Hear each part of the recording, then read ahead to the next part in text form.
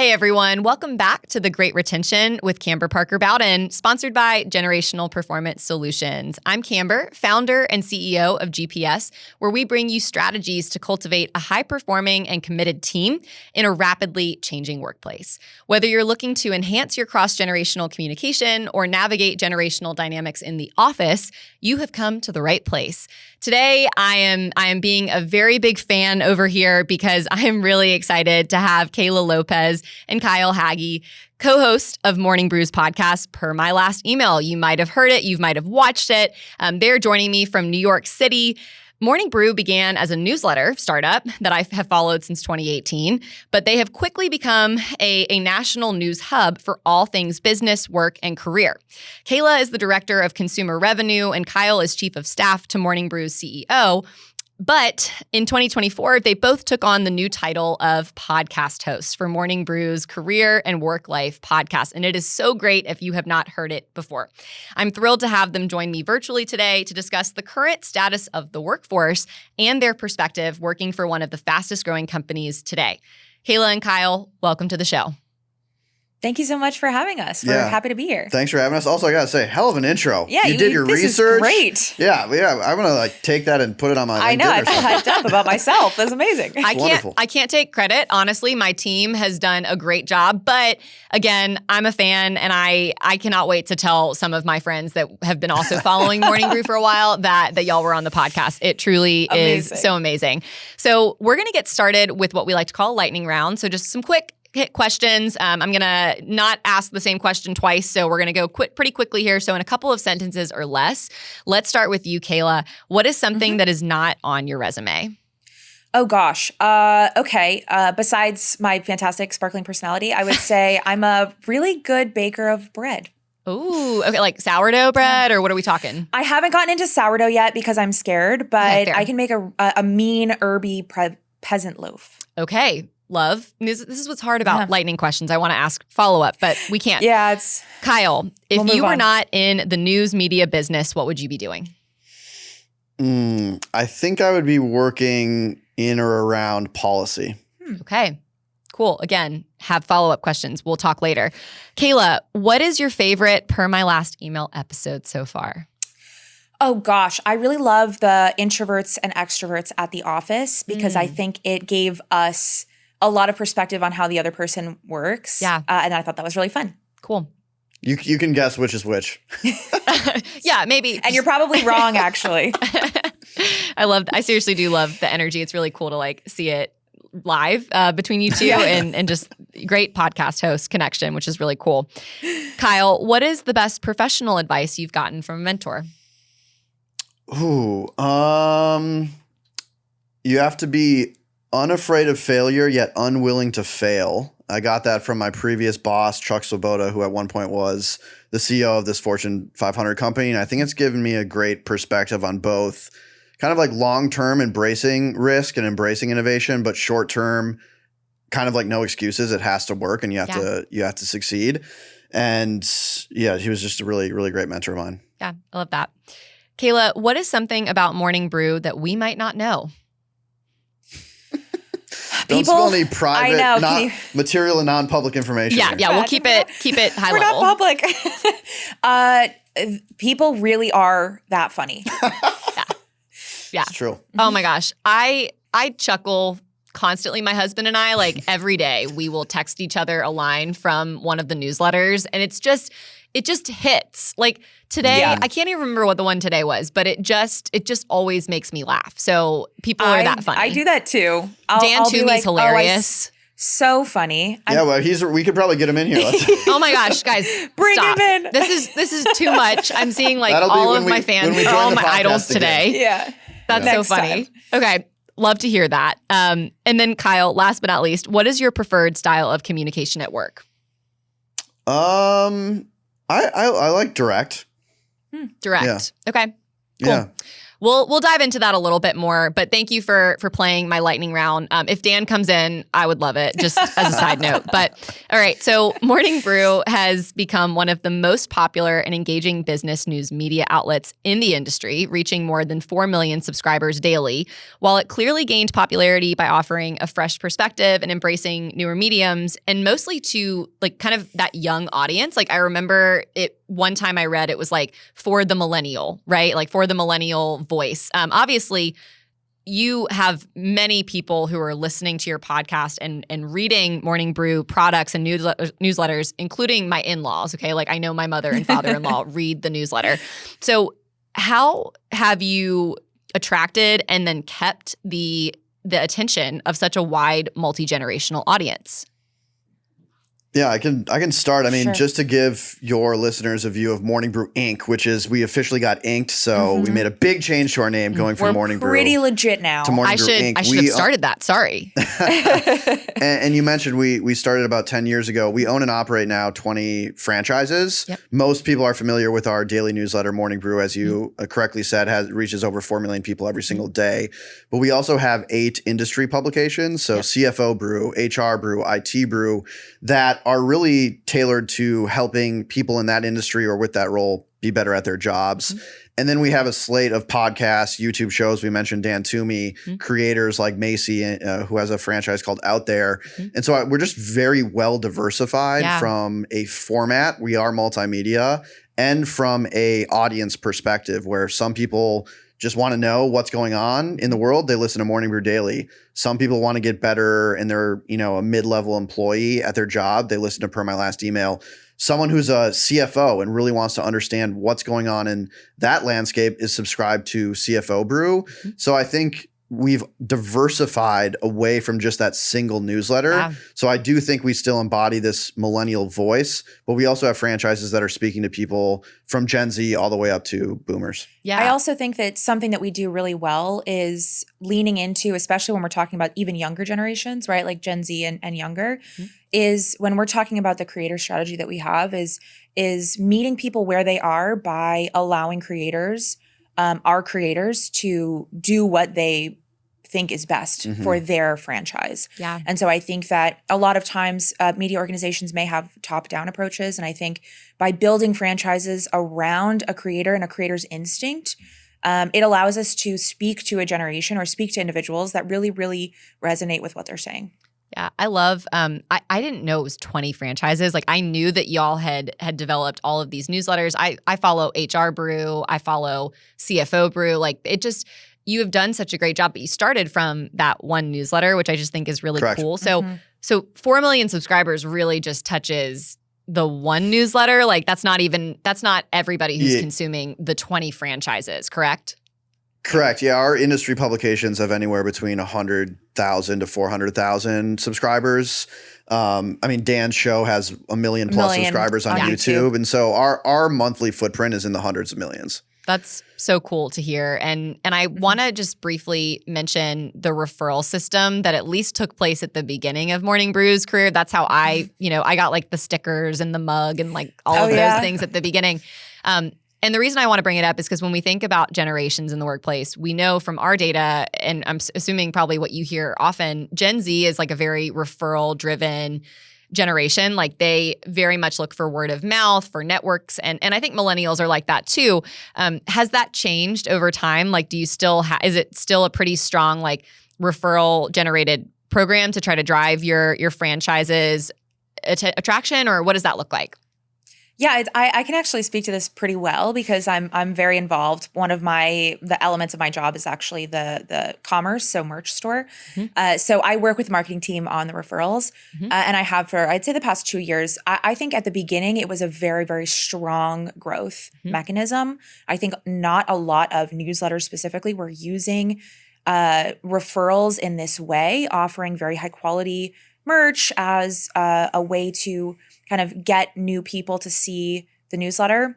I think that has eroded a little bit as we've grown because for a few reasons. First, it's less word of mouth and a little bit more spam-y, like in terms of how you're getting the joggers or whatever it is. And I also think that as technology has improved, the fraud has increased. So I don't think it's that referrals are necessarily a less effective mechanism. I think there are new ways to acquire subscribers that are much more effective. And I think the like most famous referral, like we wrote an article about our referral program. This was before either of our time. And A long time ago. Yeah. I think Tyler Dank, who was one of the original I think members I of remember Morning reading Brew. that.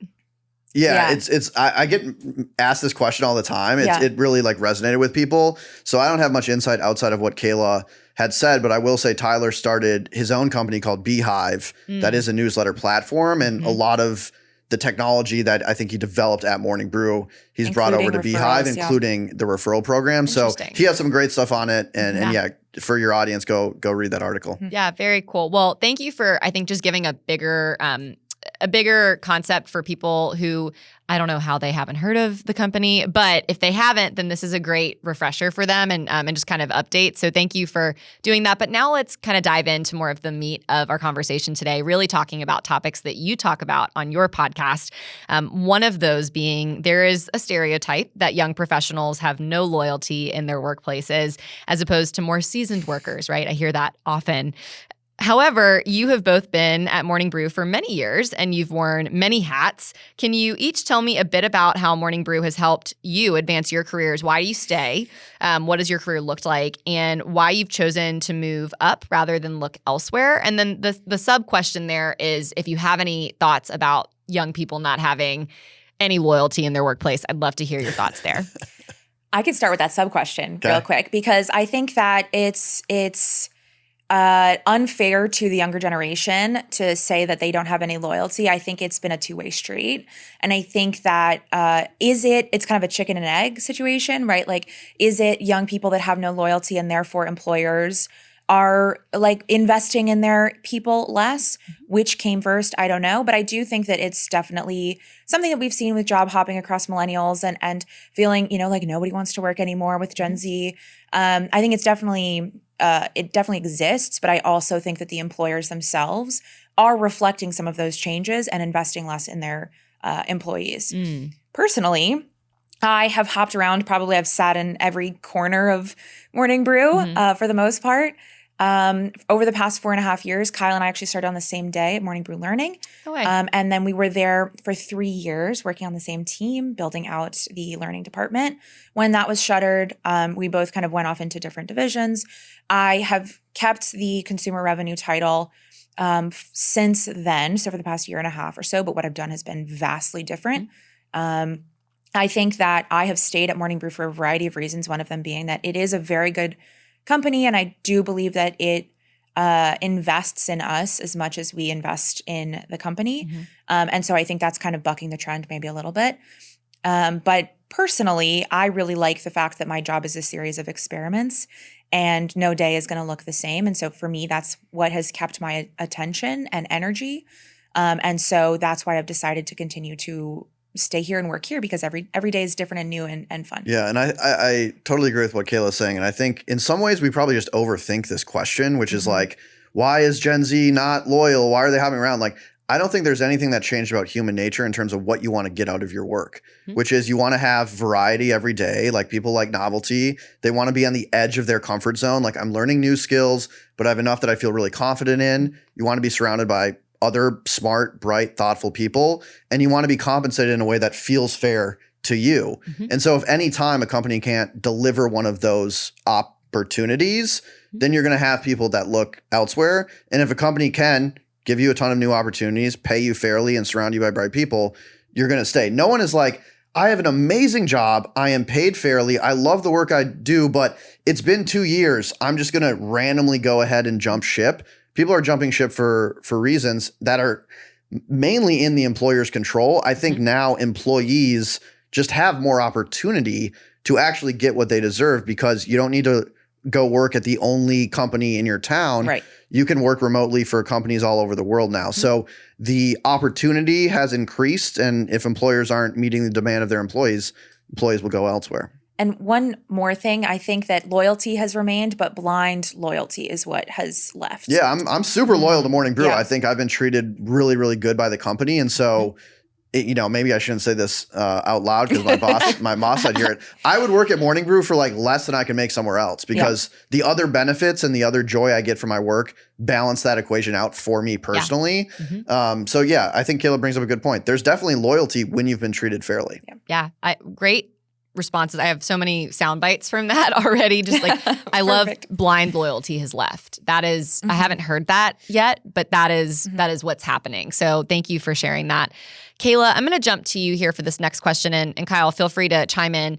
You often discuss workplace dynamics and employee sentiment in some of your podcast episodes. As your careers have transitioned to leadership positions, how have you maintained a strong connection to the perspectives of all team members? What are your strategies for motivating your own team? So thinking about, as you've grown in your career here at Morning Brew Inc., what has that looked like? And again, Kyle, feel free to chime in as well. Yeah, I'm just really hip with what the youth thinks. So that's been pretty easy for me. No, I mean, it's been different, right? Like as I've grown in my career and gotten more experience and risen through, ranks, I think it hasn't been particularly challenging here to stay kind of ahead of what entry-level individuals are thinking about. And in terms of my own team, I've had like not a huge team over the last few years. So as of right now, I have, one direct report who I work with. But for the most part, I work cross-functionally. And I think that has made it where I can't use the managerial like power, quote unquote, to help to direct action.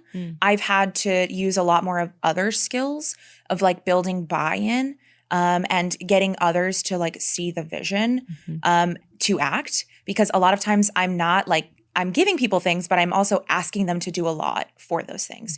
And that can be really hard, especially when it's a creator that needs, to make 8 videos a week. And then I'm asking them to also help with merch designs or whatever it is. Right. And so I think that I've had to keep those skills pretty sharp in order to actually get my job done. Yeah. Cool. Thank you for sharing. I think the buy-in piece is very important. And I wrote down be hip. So if any leaders are listening or watching, just be hip. Kyle, download any TikTok thoughts and there? you're good to go.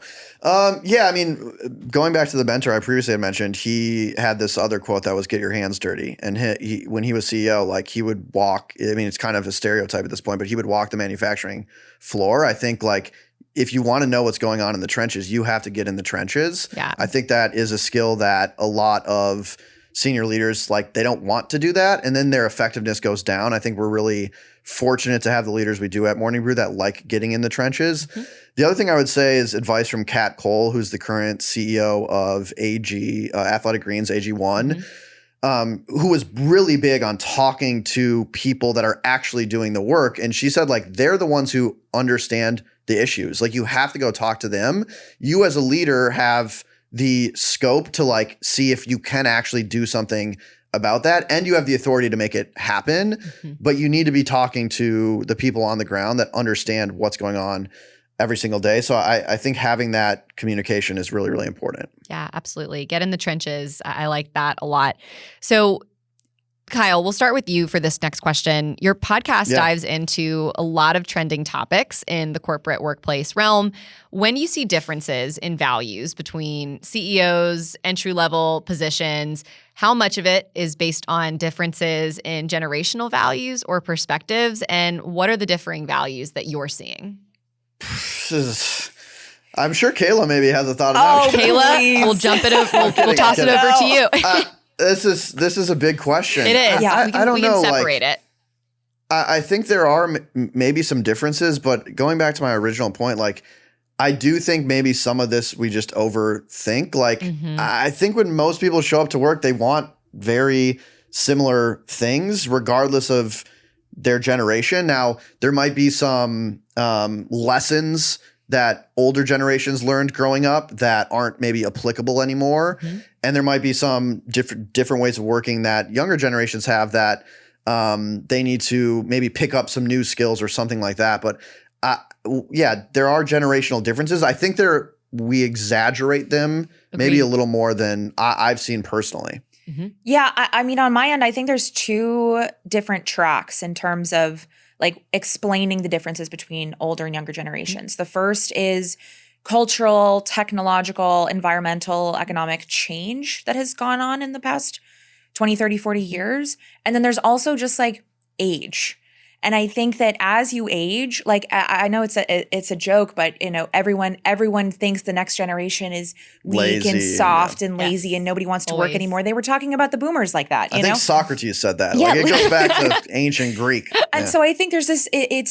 Now, is it true perhaps that there has been a greater degree of change between, you know, boomers and Gen Z versus boomers and whatever 3 generations ago was before them? Mm-hmm. Perhaps. But I do think there's also this element of as you gain more age and wisdom and experience, you're kind of more set in your ways. You're more likely to view whatever's going on with the youth as crazy or out there, even if you were doing crazier stuff. Mm-hmm. Yeah, absolutely. And one thing I'll share here is I think what we've seen, and since I started the business about 7 years ago, you know, we started as basically a voice to help leaders understand young professionals. And over time, we were like, well, wait a second, young professionals are not the only people in the workplace, right? Like we were totally excluding experienced talent and our incoming talent. And that was really hurting us. And so we kind of pivoted our ways. But what I tell people is generational data, which is really that's like our core. Generational data is a starting point. It is not the whole story. You cannot just say, all right, you're a millennial, so you have these traits, right? Which I do think a lot of speakers who talk about generations do. They're like, you're a baby boomer. This is what happened in your formative years. So this is what you do. And you have to pair the generational data that can help you understand trends, but then you have to get to know the people and understand those career arcs. And that's what you were kind of describing, Kayla, was different stages of life. As you age, like things are going to look different. So I love hearing y'all's perspective on that because you've talked about generations on your show and in all of your newsletters, right? Like it's a hot topic, but the question becomes then, what is the next hot topic? Like, are we always going to be looking at generations in this lens? Or you mentioned change, right? Change management is understanding generations is kind of how I have looked at it. So any of extra thoughts there? I just felt like that was relevant to kind of include. Yeah, I mean, I think Kayla's point is apt, which is like there are certainly technological changes that happen. And, I don't think it's controversial to say that as you get older, you're less likely to change. And so like, if I had to bet who's going to understand AI more, my mom or the 19-year-old intern, like, sorry, mom, I love you, but I'm going to guess the 19-year-old intern. And so I think there's wisdom from both angles. Like if you're developing a TikTok strategy, it probably shouldn't only come from the 63-year-old CEO. Yes. You actually are probably going to learn a ton from the person who's native to that platform, who's been on it for multiple years and is probably a creator themselves in some way. Like it's the fusion of understanding the broad scope of the business and the hard-earned lessons of age with the people that understand the new and emerging trends. When you can combine those two things, it's very powerful, which speaks to the benefit of a multi-generational, diverse workforce. Yeah, love that. Well said. Hey everyone, we're just taking a quick break from today's episode to give you a quick update. You've listened to the podcast, maybe today's your first day, maybe you've listened to it before, but are you ready to learn more? My new book, The Generational Advantage, which debuted at #1 on Amazon's HR and personnel management list, is officially available and full of insights on the generations currently in the workplace today. With this book, you'll gain a stronger data-driven understanding of generational values and how they impact your team, and what you can do to keep your team motivated, fulfilled, and productive, right? What's not to love? You're going to get a lot of value here. It's available for purchase now everywhere books are sold. So make sure you visit thegenerationaladvantage.com to learn more or follow me on LinkedIn, Camber Parker Bowden. I'd love to hear what your thoughts are once you order the book and read it. And just would love for you to kind of dive further and dive a little deeper into the conversations we have on the podcast. Thanks, everyone. Now let's get back to the show. Let's pivot to AI. So talking about, your mom and 19-year-old. Good segue. Thank you. Obviously your industry has changed. Media has changed significantly. You became such a force in this newsletter media space, and obviously you've expanded into multiple mediums at this point. But talk about how Morning Brew Inc. is using AI. What are the trends that you're seeing now, and what do you anticipate will happen in the future, both within your industry and just in the workplace as a whole? Yeah, it's a great question. I can start and then Please do. Toss it over to you. Okay, so I think a threat for our industry, the biggest threat from AI, I think from a protecting the business model, and I'm going to speak specifically about newsletters here, is there's a lot of new AI technologies that basically summarize your inbox for you. And so if you get 8 newsletters, an AI is going to read those 8 newsletters. And instead of you reading all 8, it's going to deliver you through their platform or the AI's platform the information you need to know. So obviously we're thinking about that from a threat perspective because we want people engaging with our newsletter, obviously. I think the way you defend against that, and fortunately we have it, is an incredible brand. Mm-hmm. And I guarantee you that our newsletter writers are funnier. They're like more on top of the news than you're going to get from any AI summary that combines our newsletter with others. Like our product has to be that good, and it is. So I think we're in a really strong place there. But I think in general, that is a threat that a lot of newsletter companies are thinking about. When it comes to how we're using AI at Morning Brew Inc., I think we're trying to be very curious and experimental with the technology while being considerate of the risks. And so from an individual perspective, people have access to ChatGPT Enterprise, and we're asking people to thoughtfully experiment with that. I've personally seen a lot of benefits from that tool, and if we want to go into that, we can. Mm-hmm. From like a broader level, I think what's interesting is building custom GPTs inside of your organization that use in a very closed, safe, secure environment your own data that you have. To an example of this would be sales enablement. We have all of this great data on our subscribers and our click-through rates and what ads get the most engagement. Can we build a custom GPT that's, again, private, secure, only for the company, where you can query that information a lot faster than instead of going to 18 different Google Sheets? Mm-hmm. So I think this idea of a custom GPT AI knowledge hub is really interesting, and that extends beyond media, and that's definitely something that we're building internally now as well. Yeah, thank you. Great response, and I am curious to follow up with you on that experimental piece because I think that there's a lot of value there. But Kayla, I want to hear from you first, and then if we come back around, we can, just in the interest of time.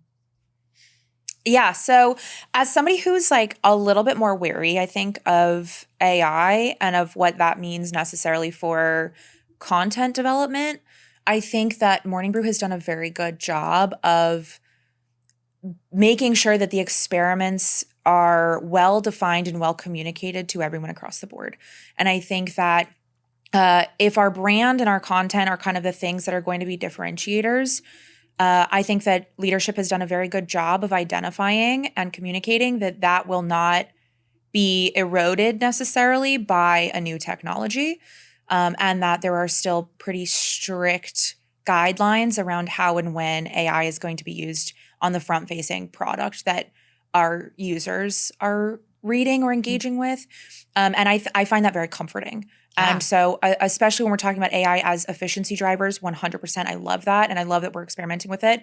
I also love that we're still maintaining that human element right now, and that is being very effectively communicated across the company. And the last thing I'll say too is I think when you say AI, it's such a broad term. Yeah. Like is autocomplete on Gmail AI? Right. Like technically, I guess, like, right. Is it machine learning?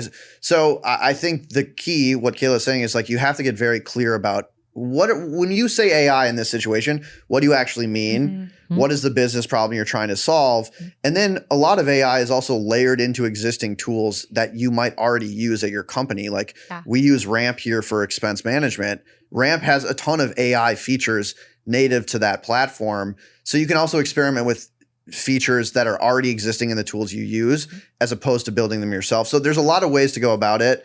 And being transparent, being clear about what you're doing, and being thoughtfully curious and experimental, I think, are key. Yeah, 100% agree. I love hearing that your company has done a great job communicating across the board. I think for any leaders who are listening or watching, like that is a takeaway, right?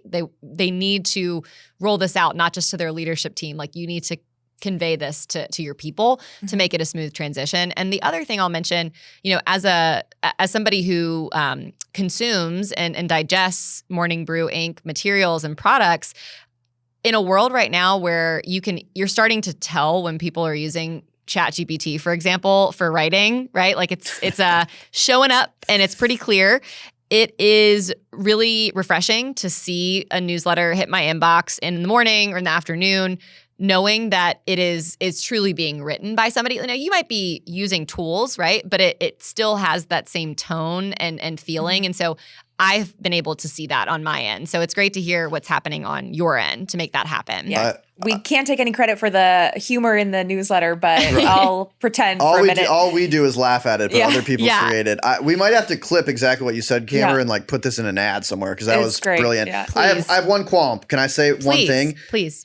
I'm a big M-Dash user, and now the whole— What is going on with that? I love and everyone M-Dash. says that's the giveaway. It's the Guess worst. what? I'm not backing down. I'm still using— in fact, I'm using more M-Dashes. All of my posts playing into it. Are written by me. Yeah. I'm not letting the AI haters win. Yeah. I use M-Dashes, me as a human. Had to get off my chest. God forbid I don't want to use a semicolon. I'm going to use it incorrectly. I'm going to use an M-dash. Yeah. Yes. Thank you for bringing that up, Kyle, because my team and I have had like funny conversations about this because I saw an article like right when it was getting really big. I'm like, I mean, are people going to think we're using ChatGPT? And she's like, no, Camber, I use this already. And it was just, anyways, you're really hitting the nail on the head there. So thank you. Let's talk about how much great data you're collecting from your team side, right? You have— I don't even know how much feedback you're getting. I feel like you probably get responses to emails and newsletters. You probably get a ton of responses to your podcast. You put out surveys, polls. What are the big trends that you're seeing right now that we haven't talked about today? Like, what are you seeing, and what can you tell us about just how that might be impacting the workplace today?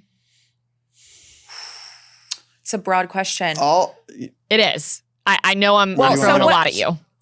To kind of like hype up Morning Brew Inc. for a little bit, something that we've just launched Morning Brew Inc. Insights, which is basically taking what you're saying, all of that data, all of those surveys that we've been working on internally, and allowing for an avenue for that to be viewed publicly.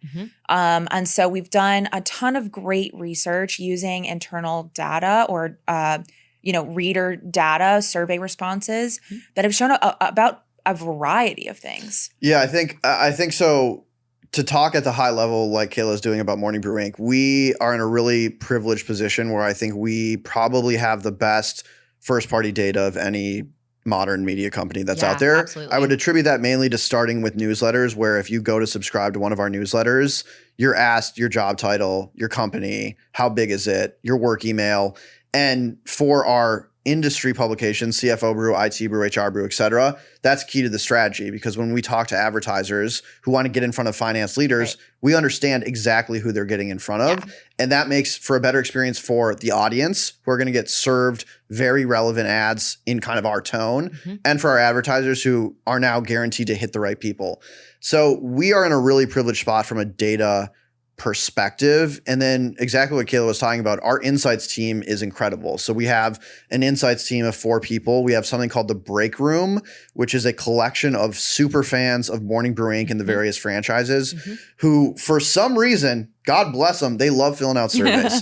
So they give us a ton of really good information about what they're thinking about, what is relevant to them. When you asked the question, Camber, about general trends, I would say that our strategy is less about general trends for every single franchise and more about what are the trends of the audience of each specific franchise, and how can we better serve that audience by understanding those trends. And that's really our strategy. From Per My Last Email, we get we don't do a ton of like big surveys. We've done one that was really, really insightful, and maybe we can put that in the show notes, but we also just get a ton of emails. And so I'd say a decent amount of the topics we talk about on our show are a result of from that. just audience engagement. That's great. And it kind of is beneficial for two ways. One, you know that people love the show and they're engaging with you. And then two, it gives you some topics to talk about. So yeah, we're in a really privileged position. Yeah, that's super cool. I have seen, all the surveys come through over the years, and I always think to myself, like, you do have the best, I would imagine what you said, Kyle, about probably having the most first party data of any modern media platform. I can totally see how that would be accurate. So again, I know it was a broad question, but you really did answer it, kind of going all the way down into per my last email. And I think that's just such a testament, right? The audience engagement drives the topics. That's such a testament to the engagement that you have with the entire franchise, or all franchises. So I think that's really cool. As we start to wrap up our interview today and our podcast episode, I would love to hear from each of you on your perspective of what the future of work looks like. So we've already talked a little bit about the future of work, but if you could each pick one thing that you're kind of like, that's coming, I think that's happening, what would it be? I have a few. I think I'm gonna talk about the backlash and the response to AI a little bit. Mm-hmm. I think that as things get more automated and as, employers are inclined to be as efficient as possible in search of increased profitability, that quarter over quarter kind of grind of needing to grow. I think it's very, very appealing to downsize your human workforce and replace that where possible with AI. I think there's going to be a very strong backlash to that. I think we're going to find the limits of the technology very quickly. And I think that human interaction, being back in the office, client interactions being in person is going to be that much more important. And so I could see in the next, 12 months, you see more business being done face to face.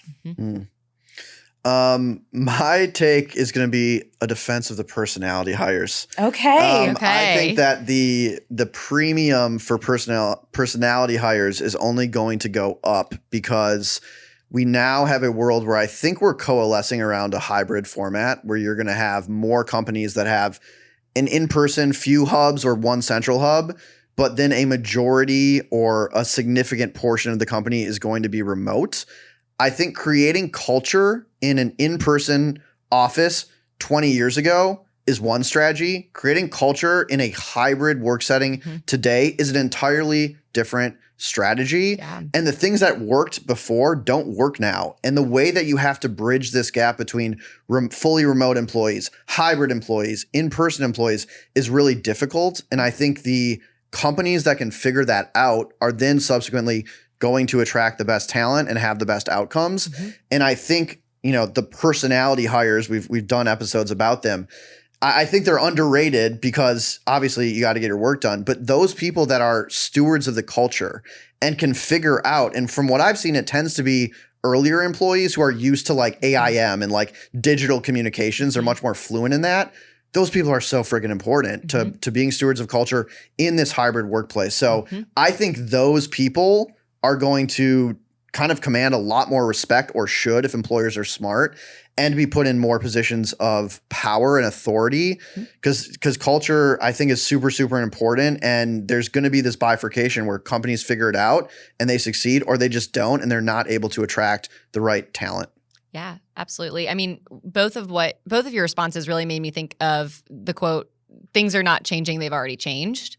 And so companies that are not focused on that, they're not focused on kind of thinking to the future, they will be in big trouble in the next 5 to 10 years because things are changing so fast. So if you're not on the train already focused on how you can adapt, it doesn't mean you have to change drastically, but you do need to adjust. And I love the focus on that personality hire because it is like a connector between the people who might be working from home, the people who might be in the office. Like that is, I see them as a connector. So I think that's a really cool perspective.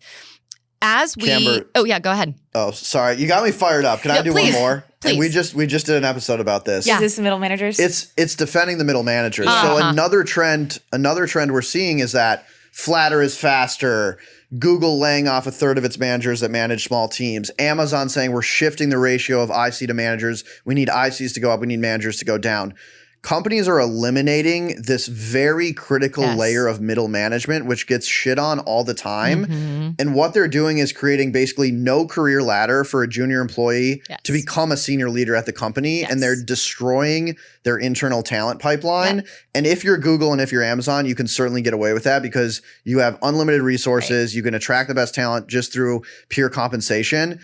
If you like the number one lesson for everyone listening is unless you do work at those places and you're like Sundar Pichai, you're not Google and you're not Amazon. And so if you follow their strategy and you don't have a market cap of 3 trillion, you're going to lose. You need to follow the companies that are figuring this out on ways to develop their internal talent so they don't need to nail hiring. You can hire average people, but if you have a great internal talent program, you really support your middle managers, you make that a critical focus on your company, you're going to grow those quote unquote average hires into phenomenal leaders. They're going to have the context of the company, they're going to have experience, and they're going to really understand going from an early employee to a senior level hire, or a senior level leader, which I think is super important. So defend middle managers, bring back middle managers. That's that rant over. Yeah, no, I'm glad that you brought that up because I've seen a lot of articles come out in recent months, recent weeks. But a few months ago, the big craze was all about how entry-level jobs are being eliminated, right? So now you have entry-level and middle manager jobs being eliminated. I'm like, what's... You better graduate into a CEO role. Yeah. So so that's like, I'm going to answer my own question about where the future of work is heading. Like, I think that's a major, major problem. Like we've developed a keynote on that. And I'm still like, we're collecting data. We're still trying to figure out like, how do we figure this out? I think internal development programs are great, but where are they getting it? Like, where are they coming from? And what are the skills that are being developed before they get into the workplace? So now you've gotten me heated up. But what do you say to that? And then just because we're kind of on this topic, what are the hot takes right now? Like, what are your hot takes about the workplace? Because I think that was one, and I like that. That was really mine. I stole yours? You stole my hot take. I don't know about the workplace right now. I feel like I always have some, and now they're all escaping me. I don't know if this is a hot take, but Camber, I do want to like double click because I can't think of a non-cringy word to say on your point about like entry level employees. Like I think maybe that's a hot take, which is like something's going to break.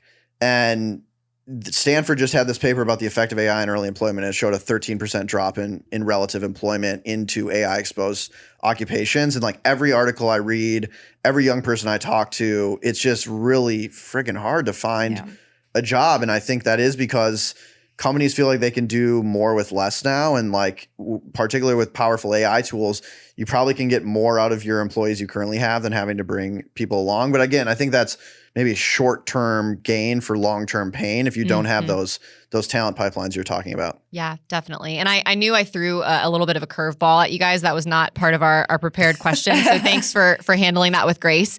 But last question for you both today before we wrap up.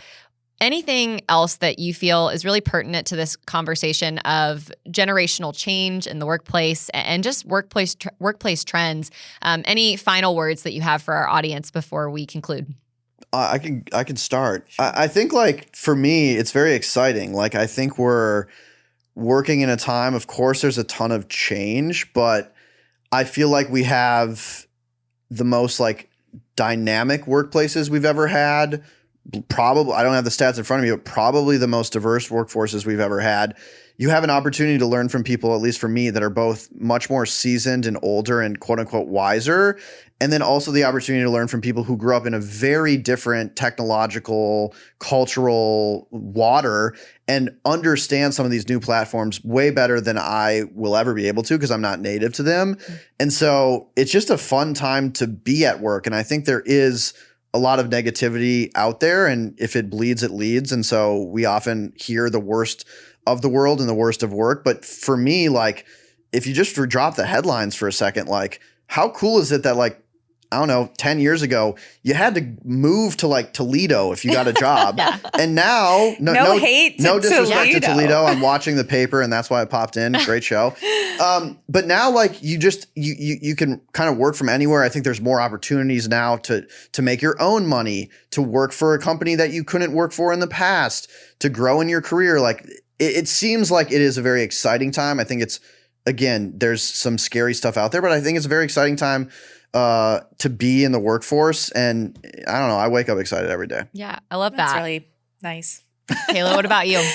Yeah, I think that maybe this is a hot take and a generational thought combined, but I do think that the current technology that's kind of at the precipice of becoming integrated into every element of our lives, if it hasn't already, whether it's AI or, remote work, kind of all of these trends that have been coming on for the past few years, I think has the potential to kind of break the current system that we have. And I don't think that's necessarily a bad thing.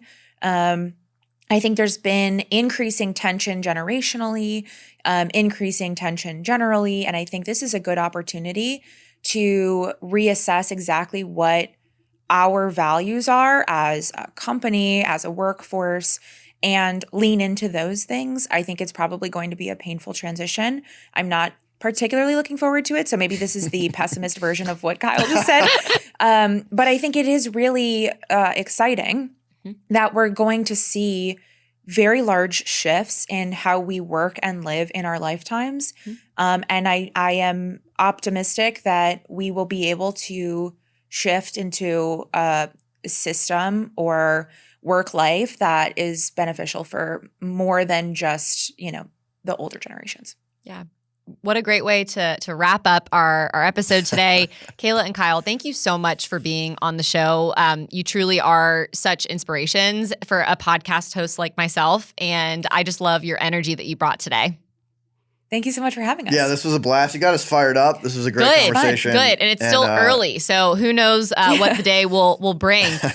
We'll wrap up by thanking the audience for listening, for watching today here on The Great Retention. Before you go, remember this: the generational landscape is shifting, and today's workforce is not the same one we once knew.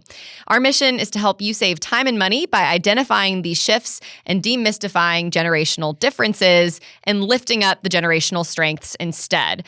We do this through our workshops, our leadership programs, and our workforce planning. Contact us today if you're interested in transforming your multi-generational workforce, and let's drive your business towards long-term sustainability and success. And last but not least, make sure you go buy my very first book, The Generational Advantage. It hits shelves this September. We look forward to hearing your thoughts. Thanks again. We'll see you next time.